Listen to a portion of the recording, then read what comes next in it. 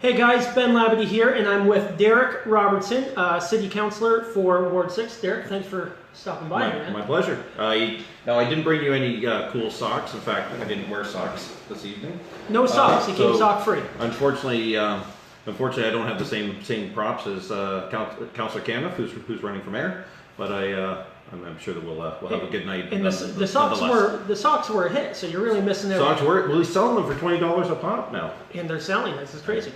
Okay, so thanks for coming in. We're gonna have a little bit of light conversation. You can ask Derek questions. I'm gonna ask him a bunch myself. And hit that share button, hit that like button. Say hello to us, and we may have a special guest with us a little bit later, Brock McGregor, also a city councillor. So we're going to start off a little bit. Again, say hi, don't be scared. And if you guys are not watching this live, there is a replay. So if you don't see us responding, it's probably because you are watching the replay later. So thank you guys for watching. Thanks, Derek, for coming in. And we are just going to get started here. So how long have you been on council? Yeah, so I was first elected in 2010. I ran in 2006. Was not successful that time around, but was successful in 10. I've been on council now for 8 years. I've enjoyed my term on council, but I think it's, to me, it's time for a new adventure. Okay, so you're calling it quits on council, but you're not calling it quits politically or whatever. What's next for you? What are you doing? Yeah, I always laugh when I hear that. So I've had a few people come up and say, "So you're quitting?" No, I've never quit. I'm just not running again. And given I tore my ACL recently, so I'm probably not running at all. Oh. But I will limp through another campaign, and the next campaign that I'm looking at limping through is I'm going to run for the Lambton Kent District School Board. I think it's a pretty exciting time. I think I've gained a wealth of experience in my two terms on council, serving as the audit chair from 10 to 14, the budget chair from 14 to 18. And certainly, my business experience. I have 20 plus years of experience in business in this community. Very well tied to this community. I have a daughter that's in the public school system. She's benefited from an excellent education. But I think we're also at a time in our public school system where we can expect to see some potentially some generational change over the course of the next number of years, and I think with my experience, I will serve as an asset in working towards setting the mission, vision, values of the school board, in working towards whatever that change is, and certainly consolidation and the influx of a new government and the influence of a new government will have a pretty significant impact on in the coming years. Awesome. Hey, Sue Clark. Hi, Don Foucault. How are you guys doing? Again, if you guys say that name right. How do you say it? No, I think you said it right. So, hey guys, if you're watching, hit the like button, hit the share button, say hello. For this trustee position, there's a lot of people like me that really don't know exactly what it is. Could you dumb it down for us? And how do we see that on the ballot, and who sees it on the ballot? Sure. So those citizens whose taxes are directed towards, or simply declared as supporters of the public school board, will receive a ballot. The same way that you'll receive a ballot for council, the same way that you'll receive a ballot for mayor. And certainly we don't know how many will be running. There are 3 now. I think there's 3 excellent candidates, certainly 2 incumbents. Shannon Sasswell's a friend and a fantastic candidate, so I look for all the best from her in this campaign as well. But yeah, you'll see it as a ballot. You have the opportunity to elect 2, and certainly I would like to ask that I be chosen as one of those. So so let's get back to your time on council. Just kick the camera. You did kick the camera, but it's still surviving. It's okay. Again, hit the like button, hit the share button, and ask questions if you have them. Hey Jeff, how you doing? So what was maybe the hardest thing to learn on council? For other councillors, say, coming in that might be new, what is going to be a learning curve or something they're going to get hit with that they're not expecting? So one of the biggest challenges that new councillors will face is there's a plethora of information that you're going to have to absorb, all in a very, very short period of time, because you'll hit the there's my stepson Jay. Hi Jay. But you hit the ground running, and the very first your very first meeting really sets the tone for the entire council, because that's the meeting where you select those members of the community that will sit on committees. Right. And that's also the time where the councillors will vie to sit on the various committees Right. and serve in various roles. So it was important to me. In fact, I campaigned on it to serve as the budget chair. I was really pleased with the success that we had during budgeting. You know, we had a period of 4 years where we invested more money in infrastructure than we've ever invested. That's principally one of the reasons why you see so much construction going around during the summertime. Okay. I know sometimes that gets to be a little bit of a pinch point, but it's really all for the better. And we did so. We invested more money in infrastructure. We kept our commitments to the services that we provide. We weren't cutting services, yet we were able to maintain budget increases. Well, frankly, our first budget was a tax freeze, and then we had no budget that was greater than that presented nothing greater than 2% in terms of the 2% in terms of the increase. In fact, nothing got above. I think we had 1.96, 1.69, 1.99. So we saw, I would suggest, the lowest rates of increases in terms of taxation over the course of my term as the budget chair. I was really pleased with that activity. Awesome. Hi, Denise. Hello, Derek. Chad and Ken is lucky to have you. Okay, you got a fan. Don, what will be the biggest challenge for next council other than the learning curve? So, and then the next piece of the puzzle, so after you select your committees, Right. then you head straight into budget. You have maybe 1 or 2 meetings to kind of get to know each other, and Yeah. there's going to be a lot of that in this next council because there's going to be significant turnover in this council. And I don't mean just with the incumbents potentially being defeated, but there's just simply a lot of sitting councillors that are not running this time. Heading into the budget it's a pretty dramatic event, for the first term councillors, I would suggest to start reading now in preparation during the campaign, so that you'll be ready for when the budget time comes. They're long nights, they're long evenings, they're quite contentious from time to time, and you're really looking to ensure that you're delivering a result that's working for the citizens. And so often you hear ratepayers. Bill Weaver impressed upon me early on in my term of council to think of the people that you're representing as citizens, not just simply ratepayers, because you have to think of the broad interest of of our community. So the budget it's an eye-opening experience. I know that there are a number of candidates that are running that have a financial background, so hopefully it'll be maybe a little bit easier turn for them than it has been for others along the way. What would you say is the number one skill that you would need or come into council with? Listen. Listen. Yeah, you need to Ears. listen. Yeah. Well, I certainly have big enough ears. But you need to listen to what your fellow councillors are saying. You're not always going to agree with them, but you need to be, keep an open mind to the dialogue, because they're coming to the table with a perspective for a reason. And with such a broad community in terms of 2,500 square kilometers, reaching from Wheatley to Thamesville to Bothwell.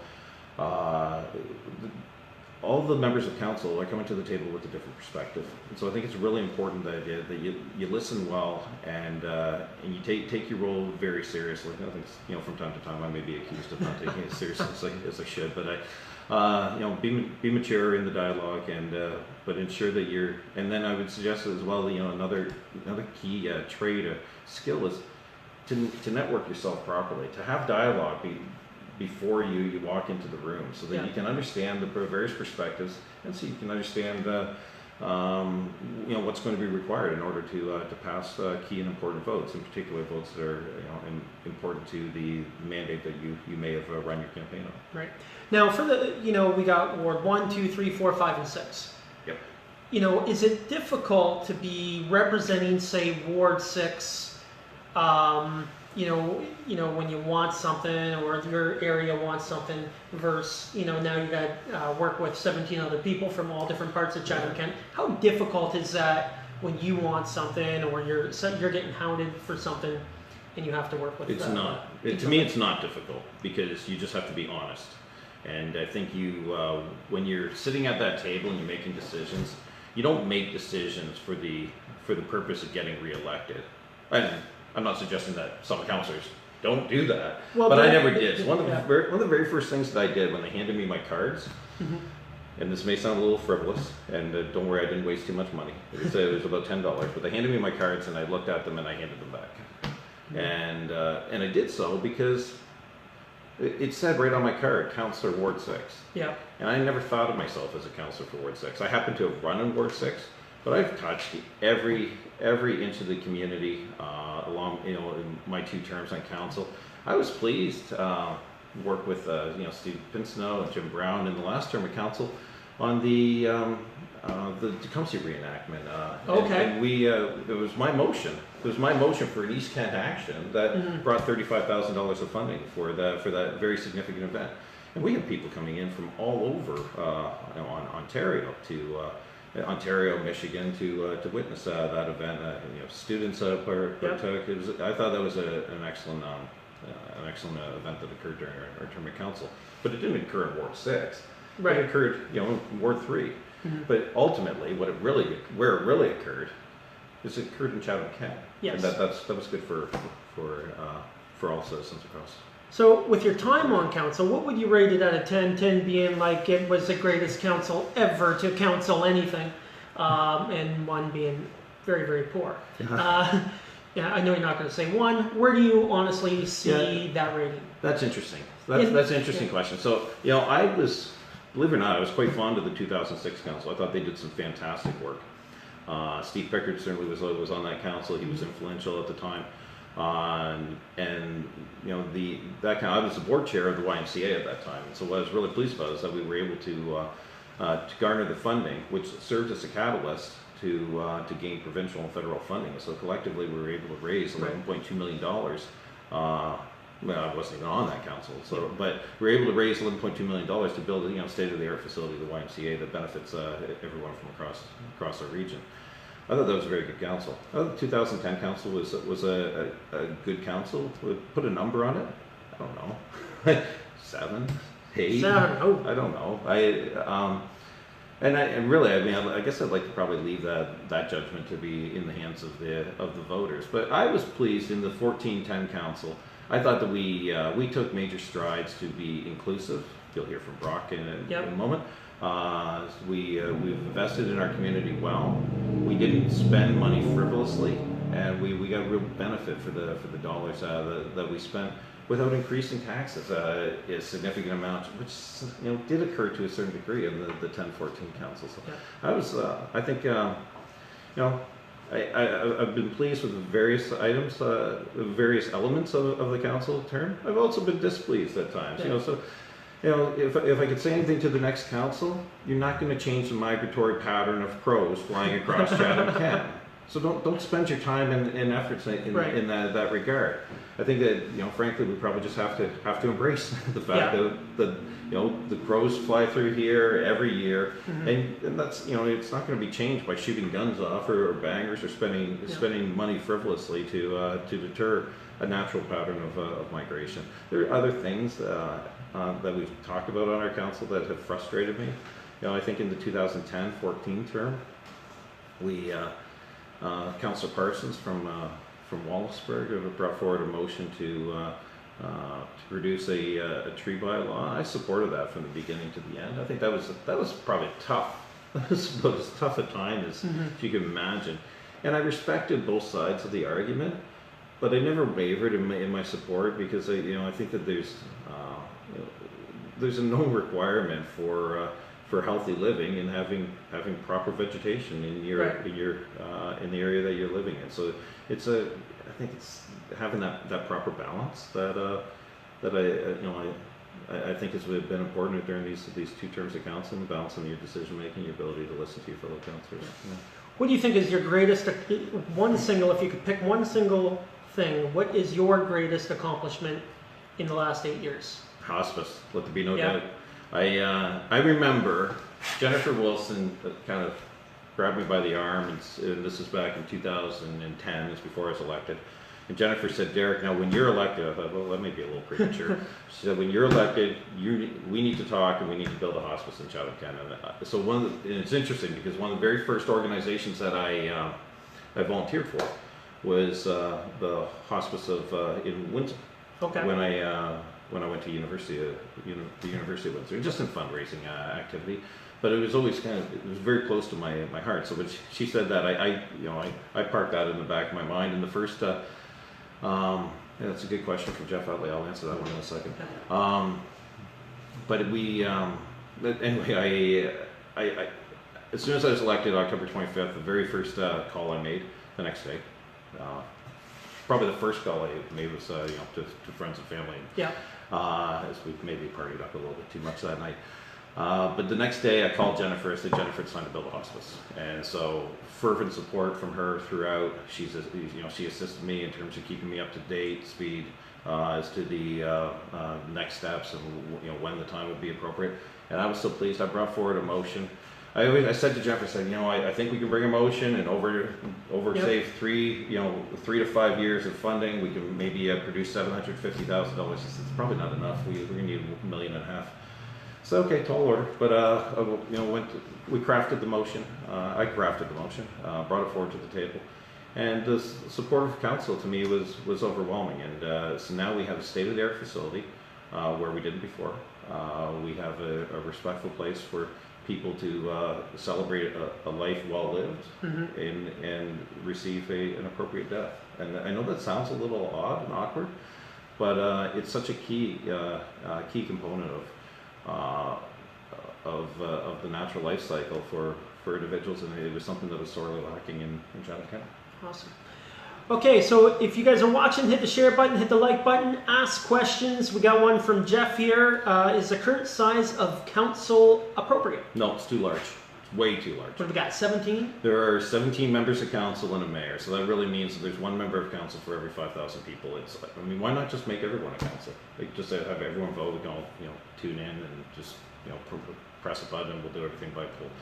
Okay, so I'm a little flippant and glib when I say that, but the size of council is too large. I've sat on a lot of boards in the for-profit sector, not-for-profit sector, and I've never sat on a board where the best decision-making comes from having 18 people at a table. Yes, it's appropriate to gain proper perspective, but no, it's not necessary to have that number of councils, and frankly, from time to time, it bogs down the decision-making process. And when you're walking in the room as a councillor, you need to be able to walk in the room with some weight in your hand. Yeah. And what I mean by that is that, so on the important votes, you need to be carrying more than 5.8% of the vote. And that's really, when you're 1 out of 18 people, that's what you walk into the room with. It's not enough weight and strength. And we tend to bog ourselves down in ways to not do things when we should be focusing on doing the appropriate things for the people that we represent. So what would you think would be an appropriate number? Yeah. And how would you go about changing it if you could? Well, so first, I did try and change it each term on council. Yep. I brought forward motions that were soundly defeated. We are on the corner at my office at 196 Queen Street. It's a realty office. If you need to buy real estate, buy it through me. But that's why you hear the sirens going by. We are right on the corner at Queen and Richmond. Okay, so sorry to cut your thought off, but no, sorry. The ambulance caught my train of thought. Yeah. At any rate, the council. The size. So I brought motions forward in each term on council. The motions were soundly defeated. It was unfortunate in my mind, but the problem is that there's never two sides to a story, and when you can find 3 or 4 different ways to vote against something, to justify you voting against something, as opposed to really finding a way to get behind something, motions are defeated easily. If you ask my opinion, I think that there are a number of councillors that simply don't want to lose their seat, and I think that's a shameful reason to not take a good hard look at recommendations that were made by a citizens a committee made up of citizens in Chatham County. Yeah. So. How do you change it? I don't know. I honestly think at this point, I've tried twice. I don't think it'll happen by way of that council stroke of the pen. I frankly think that I don't disagree, Pat. Why can't it be split up a pie with councillors representing both rural and urban? I see no reason why it can't. But I'm open to the dialogue to ensure that it's split up appropriately. But frankly, it's not going to be done by the stroke of the pen of council. It's not going to be done at the council table, in my mind.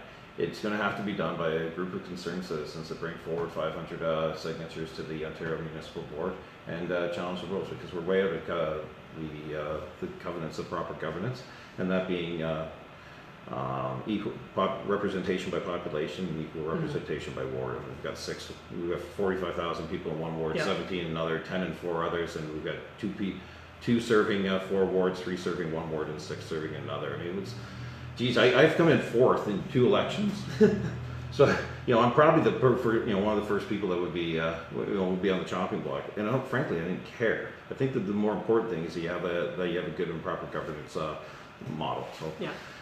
All right. So anybody that wants to really take that and run with it, you need 500 signatures and bring it to the. Needs to be presented to the petition needs to be presented to the council. The council can do what it pleases, and then needs to be presented to the Ontario Municipal Board. Okay, so we got Sue Clark. Should there be term limits for mayor, 2 to 4 years and done? There are term limits. Is there? Yeah, they're called elections. Okay. And it's the will of the people. So, in fairness, I'm not in favor of term limits. And I'm a guy that's only serving 2 terms. I shouldn't say only serving 2 terms, but after having served two terms, I'm not in favor of term limits. I think you take your argument to the polls, to the people, and they'll decide your fate appropriately. All right. So yeah, Pat, you already answered Pat's question, but why can't they be split up like a pie? Thanks for the question, Pat. I always wondered, why is it always divided by towns for council? My thoughts is Chatham should be divided like a piece of pie. Okay, so Sherry. I think she said, "Oh, Pat, Pat beat me." Pat there. So let's go to some of your biggest challenges that you've faced yourself on council with anything. Yeah. Like, what would be the toughest one you've been up against? I think frankly, it's going to sound odd. I think from time to time, keeping your mental stability about yourself. Yep. Having proper balance between your work life, your professional life, your political life, and your personal life, and ensuring that you're meeting all the demands of all 3 appropriately. I think that's probably the biggest challenge that any councillor will face. Certainly, councillors that have small children, which I did at one point. She's not small anymore. She's right. 5'10", 16 years old.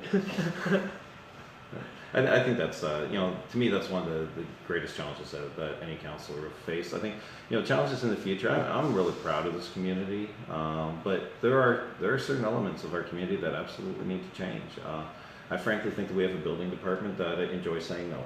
I think that we have a building department that actually prides themselves from time to time on shutting down business, and I think that's absolutely wrong. And I think that we as a council, and frankly the next council, need to look at that very seriously and ensure that we're able to to hang the sign out front that says "Open for business." Come bring us in, and we need, between our economic development team, our administrative team, our executive administrative team, and our building department, we need to appropriately ensure that the entrepreneurs in this community are not stifled in red tape and are able to build and grow their businesses, because frankly that's how you build a community. It comes up a lot on these Facebook Lives how future entrepreneurs or people who want to expand, they run into these obstacles that pretty much end things, and they decide on somewhere else is better.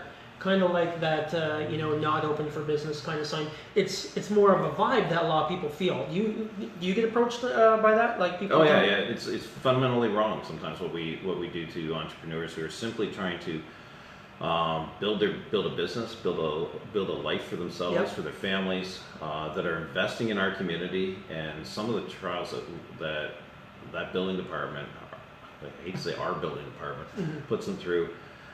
We need to change the culture there, and so I'm very hopeful that now, how can that be done? Do you feel? I think that's probably a question that needs to be answered with some real stark frankness. Yep. Needs to be deliberated on properly by, frankly, it shouldn't have to be deliberated on by the council. It should be. It's a task of staff. Mm-hmm. And they need to address some of those shortcomings. Certainly, I've been voicing it behind the scenes. It's probably the first time I've ever voiced it on a Facebook Live. Yeah, you kind of voiced it pretty good right here. But I would be hopeful that that my comments, the comments of others on council, certainly allow them to speak for themselves and not falling on deaf ears, and that we're able to properly address that issue, if not now, in the very near future, and ensure that we're telling our community, that we're telling those people that want to come to our community, mm-hmm. invest here, that we are open for business, and we're looking for we're looking forward to their investment and work with them in terms of making their businesses successful. Awesome. People would like to hear that. Johnson North, hey Ben and Derek. Ben got my free socks, very comfortable. Oh, he won some free socks. I tell you, Derek came with nothing, guys. Nothing. He didn't even bring socks. He's not even wearing sandals. No, I never wear socks. I don't like wearing socks. I don't. A couple things about the community. One thing I want to touch on is the Sportsplex. You see, now there's a lot of things that everybody would like to see a election probably every year, because there's so much hype every year from people in the media, the mayor maybe, doing stuff all of a sudden. If we had that kind of energy every year, we'd have some Sportsplex. We have a lot of stuff. Where do you stand on Sportsplex? Do you think we need it? What do you think? It's a gap. It's a significant gap. I always get a laugh when I hear certain members of council say, I hope I'm not going to get in trouble for picking on them, so I won't name them by name. But where I hear certain members only 5,000 people are going to see this by the end of it. But I hear certain councils say, we're an age-friendly community. And what they really mean from time to time is that we're old. And we have a significant gap in the recreational, cultural facilities that we house here in Chatham-Kent. So there's no question in my mind that our arenas are tired, our arenas are old, that other aspects of recreational life and the things to do element of why people choose a community, not sorely lacking, but are lacking. And so I strongly support building an arena that's appropriate size, 4,000 seat arena to house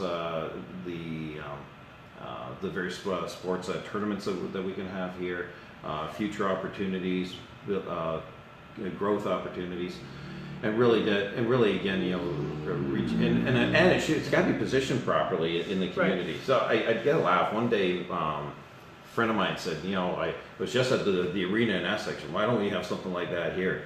I said, well, and where do they put it? He said, oh, it's perfect. It's just, it's just quick shoot in right off the 401. I went in and we hit McDonald's and we just left. I'm like, I don't want that arena. I don't want that arena at all. I want one situated where it's difficult for people have to come. It's difficult for them to get there, and then they can drop some dollars in our downtown. But with our merchants, they can view our city. They may choose at some point to live here, and when they do, they can certainly help our real estate agents. And more people means more opportunities for all of us, and that's a good thing. And it needs to be supported with appropriate recreational facilities, and we need to close that gap. Awesome. Bill Senior Gardner, how you doing? Art Sterling, how you guys doing? Hey, if you're watching this, hit the share button, hit the like button. Don't be scared to ask a couple questions. We're going to have Brock McGregor coming in here shortly, but we're going to ask Derek a couple more questions. The railway is always a popular one. I always think since we already have it, make it the Great Ontario Marathon Trail, because it is 26.2 miles, and it would actually link in Chatham, Dresden, and Wellspring. I think that's a fantastic idea. And in fairness, we can still, the railway, I know that it rubs people the wrong way. Certainly, the council made that decision with eyes wide open, and did so to ensure that should there be an economic opportunity that required rail, that we would be able to maintain and get it up and going and take leverage out of that asset as to build on the economy. Did it work out? No, it didn't work out. However, we still own the asset. We still own the gravel on the rail. We still own the steel. And so there's an opportunity to liquidate that asset and come out of this reasonably whole. And so I think ultimately, we need to get away from the notion of it's a railway to nowhere, and leverage the opportunity. I think it's a fantastic idea to utilize it in a recreational capacity. Well, and at the time that you do that, you can liquidate the rails and ties on that corridor and ensure that we remain whole. Gets to one thing. I know a lot of people do complain about the railway. I'm not really a complainer of it myself. I kind of You don't complain about much. I'm more about I'm a little bit riskier than everybody else. But I feel that we in Chatham-Kent don't risk as much as everybody else, which is usually a safe play, but we miss out on a lot of opportunities. I don't disagree. It's interesting, the comments that I think I made at council that evening was, you can't lose what you don't put in the middle. You sure can't win much either. Right. And straight from Rounders, by the way. Yeah. Mike McD. Yeah. At any rate, So I think it's appropriate to take calculated risks. In my business life, in my political life, I think I've always been one to do that and to be able to recognize where an opportunity exists and to leverage it appropriately. And more times than not, those risks have paid off in handsome dividends. Yeah. Yeah, so that's always good. Hey, if you guys got questions, we're going to wrap it up with Derek in a couple seconds here. And, what do you see as the future for this council? Like, what do you think what do you see, Chad and Ken, 4 years from now with this next council? What do you that'll be up to this next council. Yeah. But what do you hope from them? Well, I hope that they remain progressive. That's always a term that we toss around. Yeah. We like to identify ourselves as progressive. Of course, both sides of the ledger always do. Yeah. But I hope they remain progressive in the sense of moving the needle forward to really encourage a true age-friendly community from cradle to grave. Yep. That they look at opportunities that present themselves to them and don't just merely turn them. Thank you very much, Bill. And then they don't just turn them down because of to your point a moment ago that because there happens to be risk. There's risk attached with every facet of our lives, and so I hope that they eyes wide open, that they make good calculated decisions for the best interests of our citizens. But let there be no doubt, this next council is going to. Thank you so much, Tom. I am looking forward to that school board run.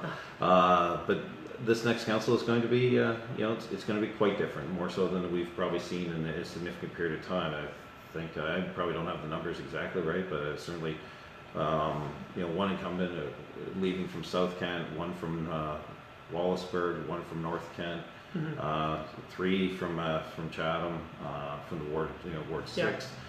And really good candidates on the rise. Ward 1 is looking. Melissa Harrigan's a fantastic candidate. Bright, young, energetic, has a young family in this community. Is tied to this community. She's going to present pretty significant challenge in Ward 1, and I think it's one that we ought to embrace with open arms. Yep. Okay, so that's pretty much it. Can I ask you one more question here? Fire away. I may answer one more question. Who are you willing to endorse anybody for mayor or council? Do you have anybody, or you want to stay away from that? We'll give you the pass if you want to stay away from it. I think people know me well enough that I don't really pass. So I'm supporting Darren Caniff. Okay. And it's not that I dislike Randy Hope. It's not that but I think that there are times when when a new broom sweeps clean. Yep. Fresh ideas, fresh energy injected in this council, and in particular, when we're about to see a council that's going to have such significant changeover, having a steady hand, experienced but a new hand at the wheel, I think will be of great benefit to our community. So Darren's he's also been a great friend of mine over these last number of years, and I don't mean just these last 4 years. Certainly, I've known Darren for a long time. I've got a lot of confidence in him. Darren's been a director of finance. He's currently chief financial officer for a corporation. Just a really intelligent, energetic man who really always has the best interest of the citizens at the center of his focus. So I think he's absolutely the right person for the job. Awesome. My only regret is won't have the opportunity to serve with him. But I'm sure I can pick up the phone now and again. Okay, last one, Derek. Sorry to do this to you, because this one is more about school board. As part of your bid for school board, what is your take on the notion of super schools or kindergarten to grade 12 schools? So certainly consolidation is going to be impressed upon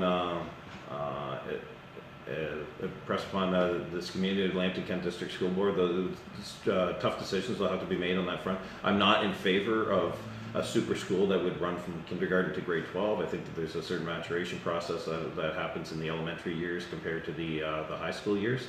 Certainly, I would believe that it would not have the center at the it would not have the center of the focus, the student at the center of focus in that event. I think in those events, you're just simply looking at ways to save money, and that's not the right way to educate our youth.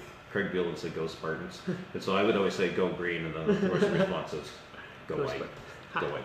All right, well, Derek, thank you for coming on. We're going to have Brock McGregor. My good friend Brock McGregor. Yeah, his good friend Brock McGregor. So again, hey guys, while Brock's coming in, why don't you hit that like button, hit that share button, and if you're watching this on the replay later, that's probably why we're not responding to you. So if you guys don't know this guy, this is Brock McGregor, and he's also on council. You've served one term. Yep, one term so far. Okay, and I predicted that you'd be on council and win You did, last time. I appreciate that. And you're running again. I am running for re-election again. So name's been in there for a little while now. We've launched the campaign, starting to get out there and do the things you got to do when you're campaigning. Right. So having fun again. Those 4 years go by quickly. Yeah. Seems like I just finished campaigning yesterday and we're right back into it. But happy to be putting my name back in and looking forward to that challenge again. Well, I've seen you everywhere. You're doing everything. What are you doing now? Like I know you do a lot of stuff outside of council. Yeah, I think it's really important. I mean, whether I was on council or not, that's something that I think is important, is being involved in your community. So there's fortunately a lot of great opportunities for that within Chatham-Kent. So there are a few things that I've been fortunate to get to be part of over the last few years. So we just ran a great event called Lawn Summer Nights. That was last Friday night. Okay, I think so that was part of the whole thing going on downtown, and we're really trying to bring some life back to Tecumseh Park. Yeah. Do something fun. So we raised some money for cystic fibrosis. Had a sold out event, a bunch of teams out there, lawn bowling of all things. Yeah. Had some live music. That was a really great event. So that's one thing I've been involved in. Ongoing right now, I'm on the board for Heim for Help, which is an organization that supports an orphanage in Haiti. So we'll give a good plug for that. Tomorrow night, we have a trivia night at Sons of Kent. We run that once a month, the last Thursday of every month. People come on out, team up, teams of 4, play for some prizes, enjoy some company, and all the proceeds go to the ongoing support of that orphanage. And there's cold beer. There's cold, really good beer, yeah. Yes. Yeah. So I've been involved in that for a while now, and then of course still practicing naturopathic medicine just across the road here from you. So yes. Yeah. Okay. Let's talk about naturopathic medicine and what you do. And actually, we'll roll that into the health of the community, because we're not the healthiest community. No. Right. So what can we do to change that? What can you do to lead this this way? Yeah. So naturopathic medicine, and a lot of people may not be as familiar with it. It's something that has been around for a long time, but we really haven't had a lot of exposure in this community. So naturopathic doctors essentially treat health conditions without use of pharmaceuticals. So we use plant-based medicines, a lot of lifestyle medicines, that talking about exercise and sleep and stress and all those types of things and how they affect your health. We also use things like acupuncture and nutraceuticals, so your vitamins, minerals, food supplements. But it's really about looking at the things that are causing people's adverse health outcomes, changing those fundamentals to change health outcomes. Right. And that's a philosophy and a system that really relates well to community health. Because really what we're talking about is what fundamental things make us healthy or unhealthy. Right. What do we do to help people address those fundamental things? So as a naturopathic doctor, we do that one-on-one.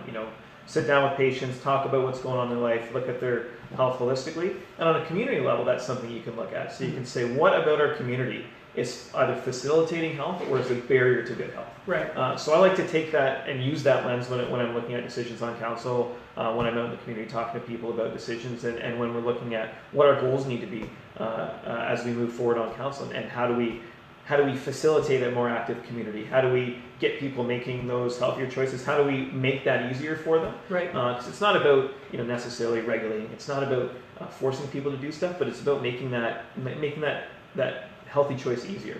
Okay, so let's talk about a natural thing. Weed, okay? Let's talk about some weed for a minute here. Weed's going to be legal, smoking marijuana and oil and all this stuff. What's your take on that? Healthy, not healthy? Is there a healthy way to do this, or what do you think? I think, as with anything, everything exists on a spectrum. So did you know that you're going to get asked about weed? No, but I'm fine with it. Yeah, it's not. You go to his glove box?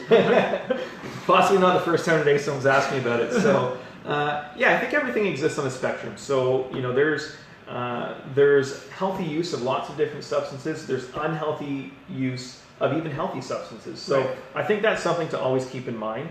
I think with legalization, one of the things that I think is important to look at is decriminalization. So we're looking at taking away that criminal record of young people who may be charged with possession at certain times, and you look at the profound effect that has over a lifetime, not just on that person's financial well-being, but on their social status, on their health.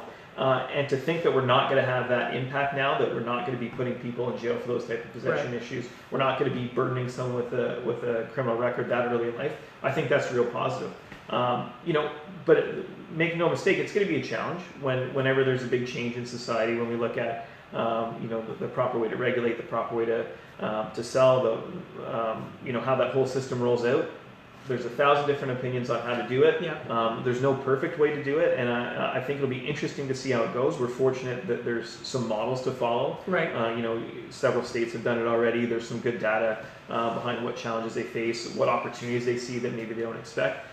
So I think that it's an important move forward, but it's certainly something that needs to be looked at, needs to be approached with a really thoughtful and sort of holistic understanding of what's going on. Awesome. So we're going to have Brock on for a full session in about a week and a half or something on a Wednesday, and it's going to be a full session. I do have 2 more questions here. Sure. One question is, tomorrow I have Laura Van Veen. We're going to be talking about tiny houses. Yeah. Okay, and I've toured the Detroit tiny houses area there. I think they're neat. Yeah. I think they're cool. I don't know how it's going to work long term, so there's a bunch of questions there that we're going to be discussing tomorrow, so come in for that. Well, what's your take? What do you think at this point? Yeah, I think it's a really interesting development in housing, and I think it's really this response to a move towards minimalism, looking at affordability, and it's something that we need to be prepared for. And I think as counselors, that's part of what we need to do. So we need to look at these types of issues.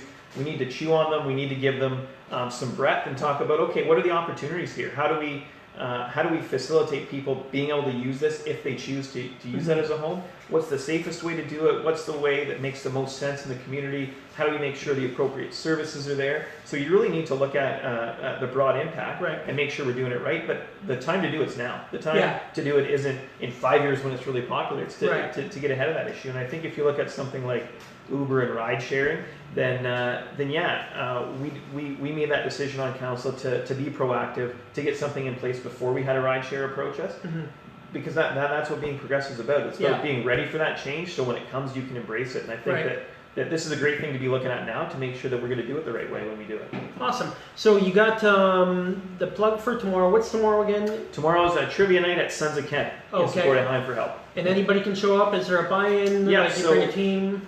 Teams of 4. So ideally you show up with your team of 4. Lots of times people show up on their own and meet somebody, and we'll put them together on a team. It's $20 per person, some opportunity to win some prizes at Sons of Kent. It sounds like it's fun. It's a lot of fun, yeah. So we run it every month. It's been really successful. I'm going home right now to write the questions, so that's my next task for the night. So I invite anyone to come on in and check it out. And why should people vote for you in this upcoming election? Have you done a good job? I believe I have. So I said 4 years ago that how I would judge myself is I could look back down the road and say those decisions that I made were the best for the long-term viability of our community. Right. And I wouldn't have put my name back in. I wouldn't be asking people to vote for me again if I didn't think I met that commitment. Awesome. Okay, well, thank you very much for coming on. Thanks, Derek, for coming on. And hey, guys, hit the share button. It's somewhere there. Hit the like button. And these guys, if you guys type in questions after, maybe they'll be able to answer them by text to you.